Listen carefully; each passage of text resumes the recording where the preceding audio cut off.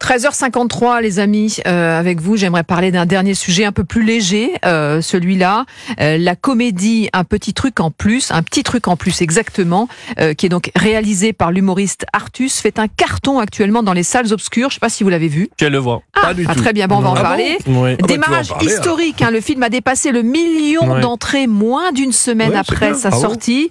Oui, alors l'histoire, je vous la fais rapidement. Une vacance, c'est un homme en cavale avec son père, donc joué par Clovis Cornillac et Artus, qui se réfugie dans une colonie de vacances pour handicapés mentaux, pour échapper à la police.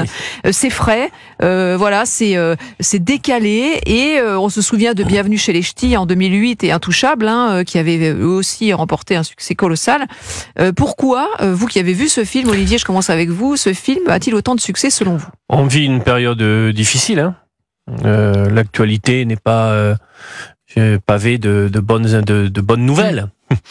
Et c'est un film formidable. C'est-à-dire qu'on en ressort avec... d'abord parce qu'il met l'humain au cœur.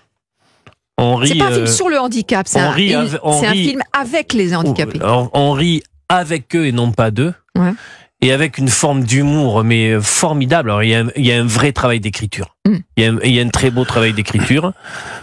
Ça donne même quasiment envie d'y retourner. On en sort avec... c'est plein d'humains et de choses très positives. Mais vous savez, ça nous renvoie vers le succès d'Intouchables. Ouais. Qui est ça nous renvoie vers le 8e jour en 96, qui avait moins bien marché. L'émission à la télé, c'est les petits sur France 2. J'ai plus le nom de cette émission. Oui, je vois très bien ce dont tu parles. Oui, qui a fait des succès d'audience. Absolument, ça marche bien. Et en fait, on se rend compte, je l'ai lu dans la presse, mais c'est juste qu'on a du mal à installer dans la durée un débat public, politique, médiatique sur la question du handicap mental. Oui, alors que ces films font des succès d'audience par le bouche à oreille. Moi, c'est des amis qui m'ont dit va le voir, tu vas passer un super moment. Donc ça veut dire que il y a quelque chose dans notre société. On pourrait faire plus, qui est plus généreuse. Oui. Que ce qu'on fait. Je pense qu'il y a des ressources dans notre société pense que les Français considérables pour... en effet, probablement prêts, même financièrement, à faire plus. Je sais pas, on fait des choses pour les handicapés. Peut-être pas assez, peut-être de manière un peu désordonnée, mais le succès, tu as raison. Le succès de ces films, c'est pas la première fois, mais celui-ci est triomphal, montre que l'opinion est sensible. Et ça va être à la situation des handicapés. Il y a une forme de générosité. Absolument. Et on bascule pas dans la vulgarité ni dans le voyeurisme. En plus, il y a travail d'écriture, puis les acteurs. C'est très, comment dire ça. Moi, ça va être très émouvant de les voir arriver à Cannes. Au fond, les Français sont généreux, on est bien d'accord. Mais ça va être très émouvant de les voir arriver à Cannes. Arrêtez de les faire passer pour la fois Jojo. J'imagine à peu près comment ils vont arriver, cette petite troupe-là.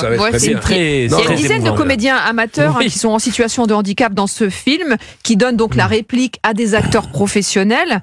Et l'idée d'Artus, qui avait très inspiré par le film Le 8e jour en 96, c'était de changer le regard de la société sur les personnes avec des handicaps mentaux. Est-ce que ça fonctionne? C'est gagné totalement, et c'est même le regard de ces personnes-là sur nous qui peut nous interroger sur notre pseudo-normalité.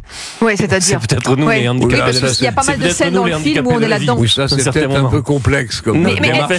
Allez voir le film. Et parlons de la temporalité, justement. Non, mais on a tous nos tares, ça c'est clair. Mais enfin... Non, mais ce que je veux dire, il arrive au bon moment, ce film. Mais on se demande s'il y a aussi...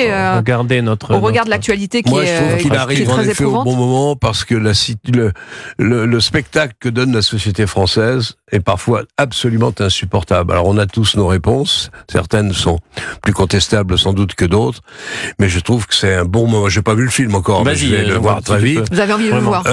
Oui. Non, mais moi je salue, si tu veux, ce qu'on disait, c'est-à-dire le mouvement. Il n'est pas neutre, il n'est pas artificiel.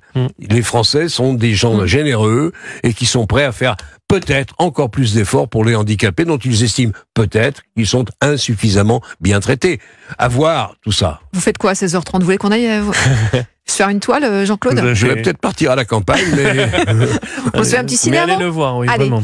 Merci beaucoup Olivier, Jean-Claude, c'était un plaisir de vous avoir aujourd'hui et on se retrouve évidemment Bientôt. demain pour de nouvelles aventures, décryptage de l'actualité. Et vous, chers auditeurs d'Europe 1, merci beaucoup pour vos appels toujours aussi nombreux. Et ce soir, Pierre de Villeneuve, dès 19h, Europe 1 Soir, nouvelle formule. Exactement, Céline, Europe 1 Soir, nouvelle formule présentée par Pierre de Villeneuve. C'est 2 heures d'actualité pour préciser, décrypter et débattre de l'information de la journée avec des invités et les voix d'Europe 1. Rendez-vous donc ce soir de 19h à 21h. Très bon après-midi avec Europe 1, bien évidemment, avec Stéphane Bern qui arrivera de 15h à 16h pour Historiquement Vôtre. Et juste avant, Christophe Fondelat vous raconte les histoires qui ont marqué les Français. 14h-15h, vous retrouvez On de la raconte sur Europe 1. Tout de suite.